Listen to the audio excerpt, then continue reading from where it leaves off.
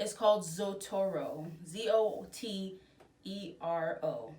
Zotero. No, Zot. Yeah, ERO. I was right.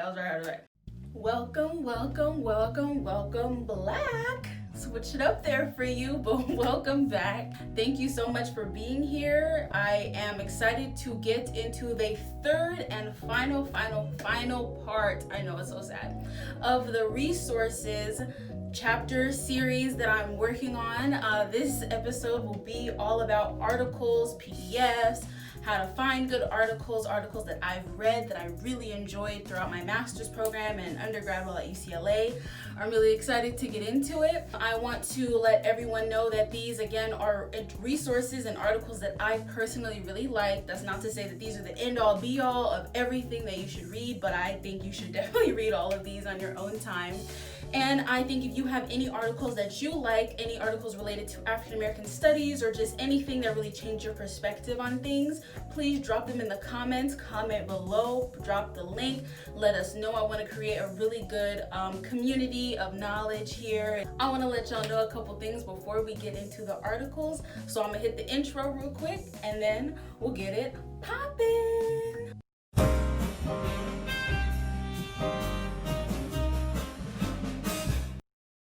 Hello. So I want to get into ways to look up articles. I think a lot of times people might be like, okay, well, where am I supposed to find these articles? Like, where are they located? What do I do? But there's a good way, a good tool I was introduced to when doing my research in McNair and undergrad that helped me store my articles. So the first thing I use is literally Google Scholar. So Google Scholar is just another search engine like attached to Google. It's like with Google, but it's just a way for you to look and specifically only get specific articles that you're looking for. You literally look up a keyword. It could be like African Americans, it could be colorism, it could be discrimination, it could be prejudice, it could be soup.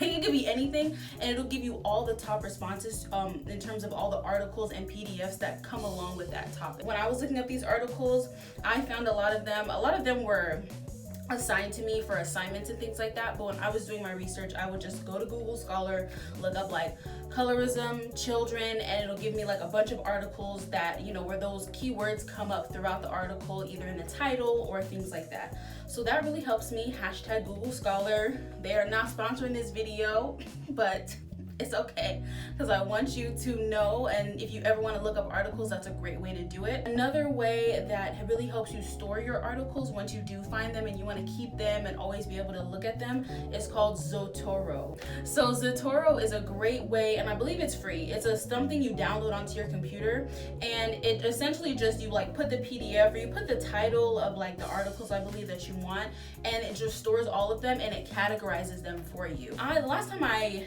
really had my Zotero account and like used it was maybe like 2 years ago, when I was really like needing to keep all my articles in one space.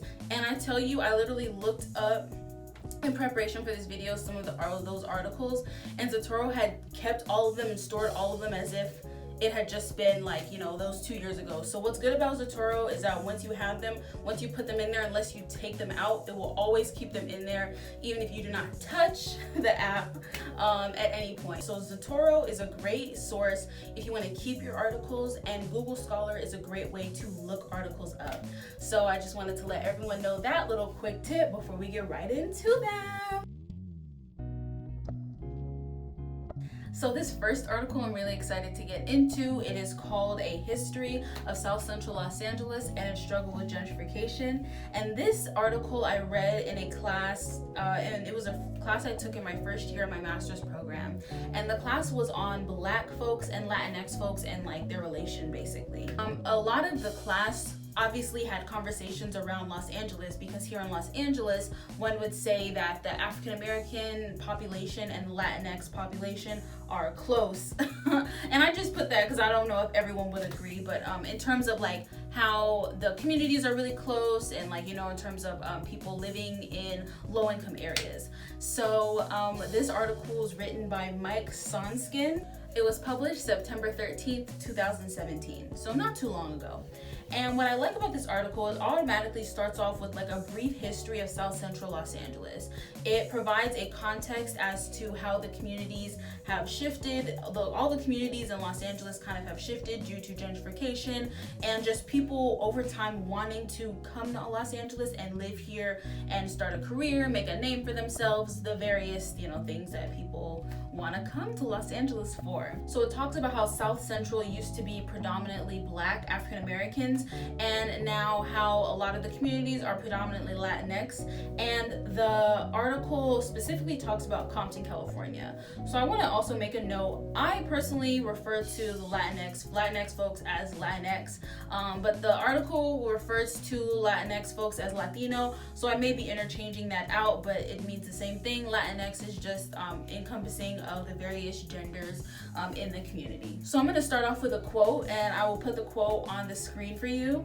So during the 1980s, the Latino population of South Central increased by approximately 78,000, where the Black population decreased by almost 70,000. Essentially, really what it's talking about is getting into Black flight. Now, we've heard of white flight. White flight is when, there's maybe a white community or a community where a lot of white people reside. They start seeing Black folks and Latinx folks or just anyone that's not white coming in, and they're like, hold up real quick. I don't like this. I'm leaving. I can't do this. It's too many of y'all over here, and it's called white flight. And it happens to a lot of communities that used to be, like white people, and now it's not. So it's essentially talking about Black flight, but for a totally other reason. So Black people fleeing these cities in Los Angeles, Compton, whatnot, because of cost. So a real factor in terms of LA, and I can speak to this being from LA, having lived in South Central, having lived in various parts of Los Angeles, is that it's expensive.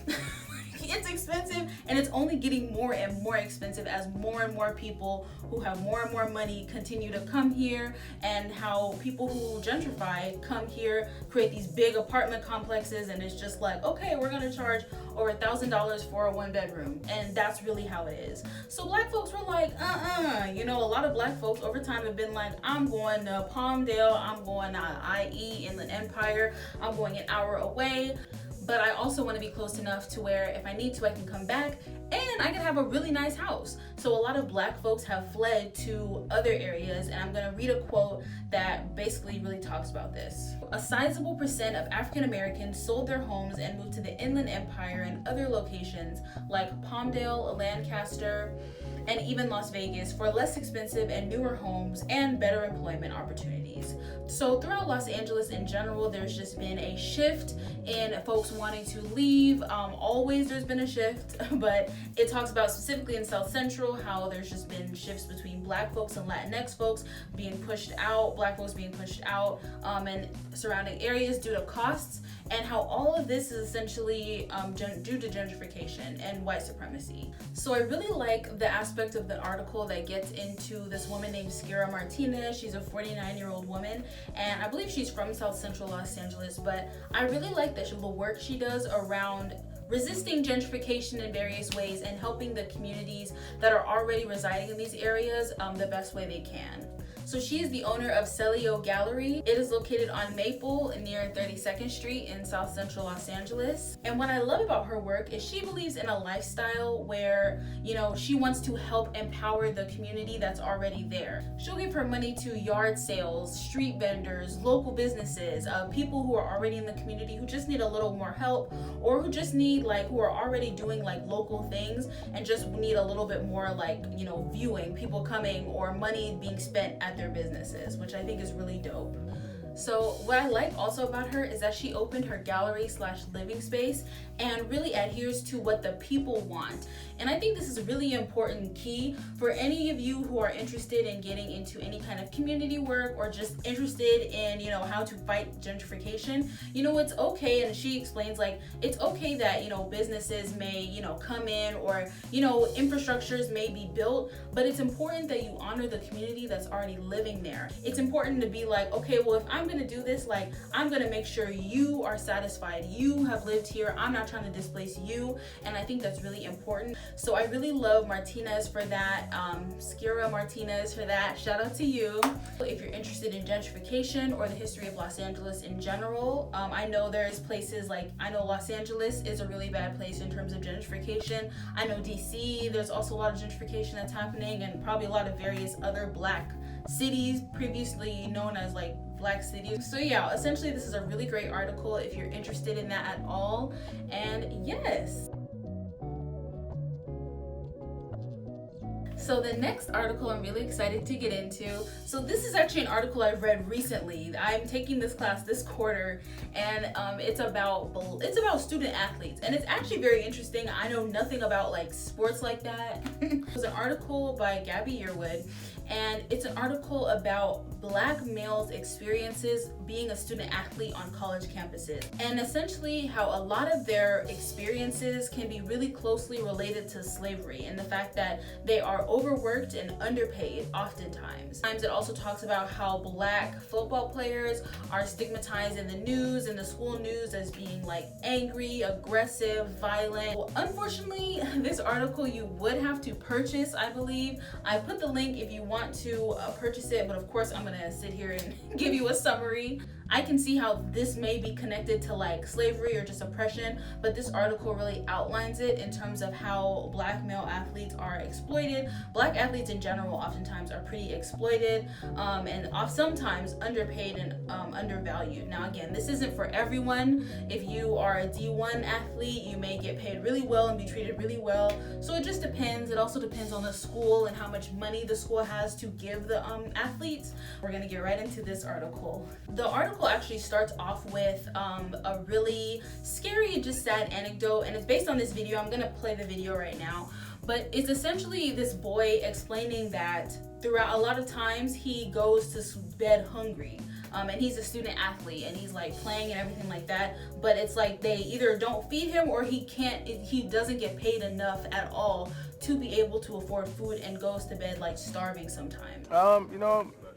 I just feel like it's a student athlete, and sometimes, like I said, there's hungry nights where I'm not able to eat, and but I still got to play up to my capabilities, and sometimes it's that way. I don't see myself as so much of an employee, but when you see a jersey getting sold, it may not have your last name on it, but when you see a jersey getting sold, things like that, to some credit, you feel like you want something in return, and sometimes it feels that way. But like I said, I don't think student athletes should get hundreds of thousands of dollars. But like I said, there are hungry nights that I go to bed and I'm starving. So something can change, something should change. But if it doesn't, at the end of the day, we've been doing this for so long. So this clip is really scary because it's like, okay, well, if you're putting all of this into the school, if you're playing, if you're helping the stats, if you're helping the team win, if you're helping the team, win so the campus can get money in general, and oftentimes you go to bed hungry or starving, and that's just something that you're kind of used to, it's just scary and it's bad and it shouldn't be that way. You're not getting adequate resources even though you're putting in this much work. I also think it kind of relates to slavery, and the article explains it just because like sports is something where you physically have to be able to perform. The obvious point is made, for a lot of student athletes apparently, which is something I didn't really know like this explicitly, of course. So if you do bad in school, for the most part, like maybe if you do bad in a class, they may just put you in another class. They might be like, okay, well, just make sure you keep up that GPA. A lot of times they have like tutors and things like that. I know at UCLA there was like tutors that would help some of the student athletes do well in their classes, and like they'd be good. But if something happened to where they no longer could play, like they no longer could physically play, maybe they hurt themselves, maybe they, whatever, they would lose their scholarship. And if you lose your scholarship, if you can't afford school, you're basically out. Like you probably are not going to be able to attend school anymore. So just kind of the unfair acknowledgement that for the most part you just need, as a student athlete, knowing like for the most part you kind of just need to make sure you perform physically on the field. The article kind of really breaks this down. It's just really scary and sad that to know that like these Black males oftentimes feel like they aren't valued by the school, and they're only valued if they can perform to the best of their abilities every single time. Another thing that the article I think really does well, I know Gabby Yearwood, he's like a professor of anthropology, and he has some student athletes in his classroom, and so he's been able to get a lot of this information by talking to them. But a lot of times he explains that Black male student athletes feel bad, they feel sad, they feel angry at the school when they feel like their bodies are just being kind of put on the line, and there's not a lot of attention that's given to their nutrition, their academics, their overall being, like how they're doing. You know, it's all just about being expected to perform well. I think this is a really important point to bring up, like how important it is to really check in on students, on student athletes, but just as students first, as people. Having known some people who were student athletes, like it is really no joke. Like they have to really wake up at like 6 a.m. and practice all day, go to class, you know, and then work out in the evening, and then wake up and do it all again. So students also feel bad sometimes when it's like they feel like they can't get enough sleep, or you know, are too tired to even get up and go to school, or get up and go to class and work out, and just have to perform and keep performing. But in that same regard, being like, well, look at this amazing new like recruit that we got, like putting them on billboards and things like that. Just really exploitation, where it's like, I'm not even being fed, you're not even feeding me, you're not even paying me, but you're using my name and my body and my, you know, physical abilities to help promote the school and help promote the team and to get more money. So it's really deep, and you know, essentially it just explains how this is just racist, it contributes to a racist structure, and it's just similar to, unfortunately, slavery, where Black folks were expected to work super hard, not get paid anything, oftentimes go hungry, you know, various things like that. I just think it's really important to know, because this is something that's happening right now. Like if you go to college campus, even if you don't, you may know some student athletes. And not to say that this is every Black male student athlete's experience. Like I don't want to make it seem like all of them are struggling or whatever, but I just think that the fact that a large majority might be experiencing this is a problem, is a problem, is a problem.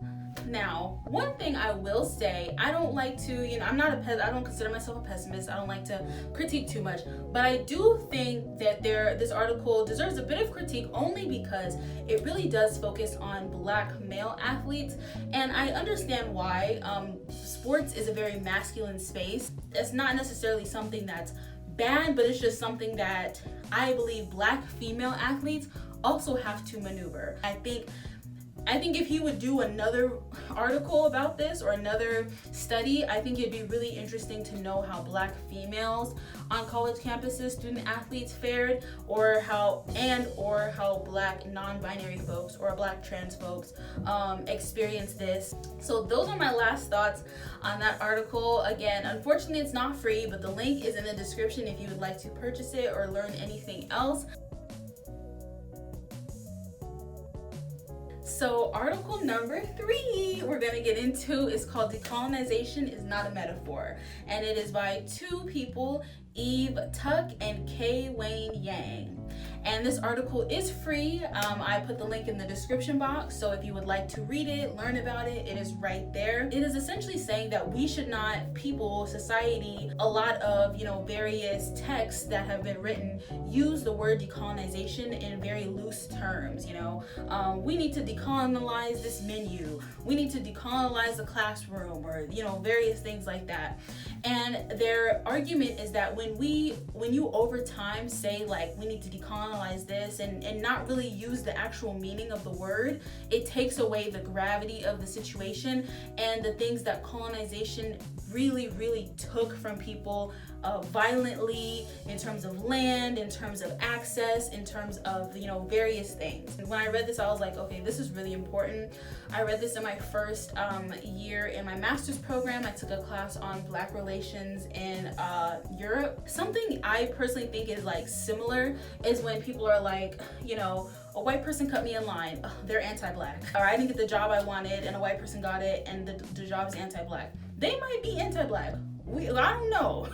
But essentially getting back at this idea that, you know, a big topic like anti-blackness that we know contributes to like colorism and contributes to black folks not having equal access to opportunities and just this big global thing shouldn't be reduced. Language is very important. You know, when we start to say things, it may lose its value, it loses its meaning. And that's what these two brilliant folks who wrote this article are basically saying.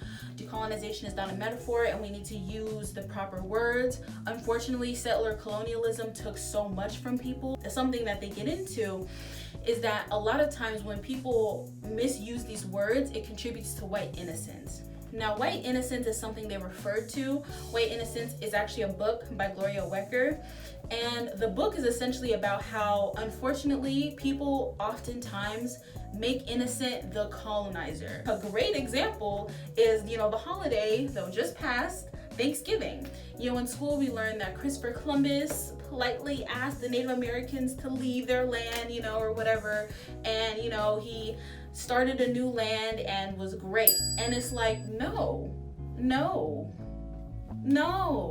Like, Christopher Columbus raped and murdered Native Americans and got this land. And you know what that does is makes it Christopher Columbus, that rhetoric of he just politely asked them, it makes him look innocent. People will be like, well, he had traveled a long time and he was looking for, you know, land to settle, and if he hadn't have done it, then we wouldn't be here. And it's like, this doesn't or shouldn't take away from the fact that he killed a lot of people and, you know, various things like this. So again, white innocence tries to make the colonizer not seem guilty, take responsibility away, and it's violence that's done through something as simple as language, as simple as the way we talk about things, the way we talk about people, the way we parade people throughout history. So Decolonization is not a metaphor. It's a great read article. I have it in the description. Of course, it is free, so please check it out because it is really important and really good in terms of language and how we can always check ourselves and do better.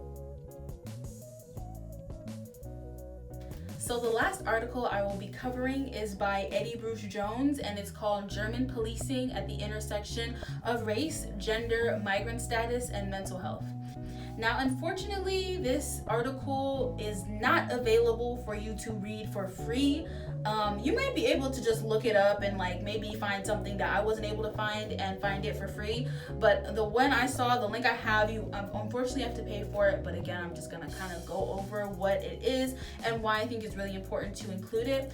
So, you know, I think I spoke about this in the first resources video, but I think it's really important to get a global perspective on Blackness, on, you know, Black folks and the struggles that we all have to face. And this is just another example. Eddie Bruce Jones kind of explains that there are German police who are inflict violence upon people who are non-white.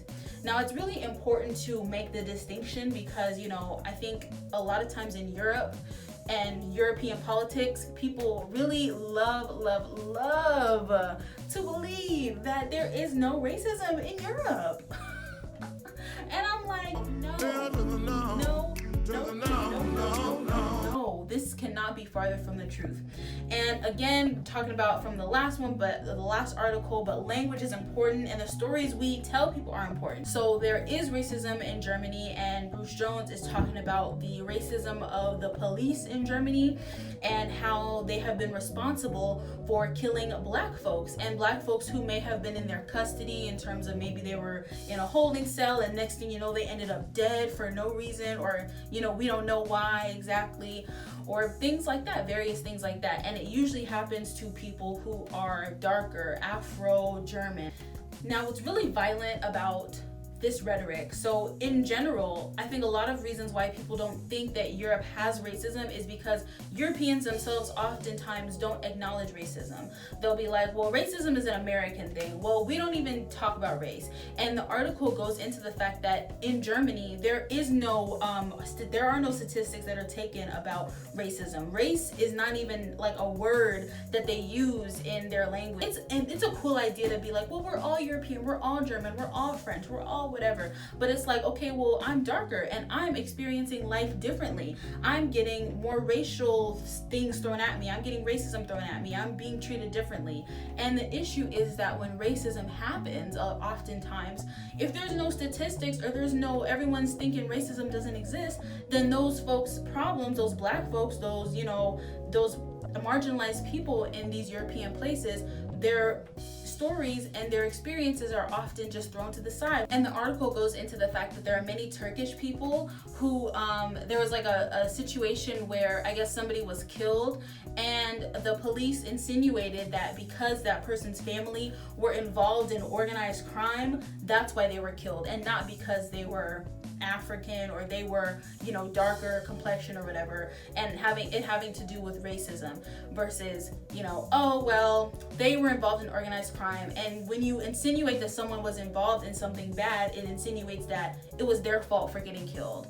And I think this is something that Black Americans know all too well. When, you see on the news that someone was killed, or, an unarmed Black man was killed, or a Black woman was killed, and it's like, well, what were they doing? If a woman was killed or raped or something, it's like, well, what was she wearing? Insinuating that maybe it was their fault. This happens in Europe as well. This is something that is global. A lot of Black folks, unfortunately, have a lot of similar experiences. Of course, not the same at all. But police brutality and, having that fear that you might get killed by someone who's there to protect you is something that Black Germans in this article explains have to unfortunately deal with and reconcile with and experience as well, which is very unfortunate. I definitely recommend you check this out. Again, all of these may feel a little somber, but I think it's really important to do the research, to learn about these kinds of things,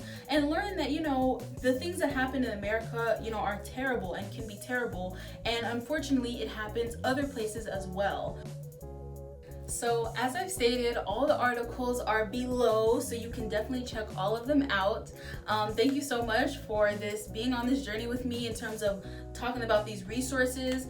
In general, I just want to say, I think it's really important to educate yourself, and I don't think that you have to be a student or be, all these things just to want to learn. It's really important to be able to back up what you gotta say with facts or statistics or some kind of knowledge, some kind of information. And I think, we have seen in society what it looks like when people don't believe scientists or don't believe, hard-hitting facts or, texts that have been backed up with evidence. Don't just take what people say and just be like, this is everything, just make sure you're taking the time to read, to watch, to listen, to do various things that help you learn as whatever you want to learn about, whether it's I just want to learn how soup was invented, or I want to learn about how racism started. I want to learn about colonization. I want to learn about why Black folks keep, being oppressed by society. I have really enjoyed doing this, putting together these resources. I probably will do this again at some point as I keep reading for myself, keep educating myself, keep watching different videos, keep reading different articles, reading different books.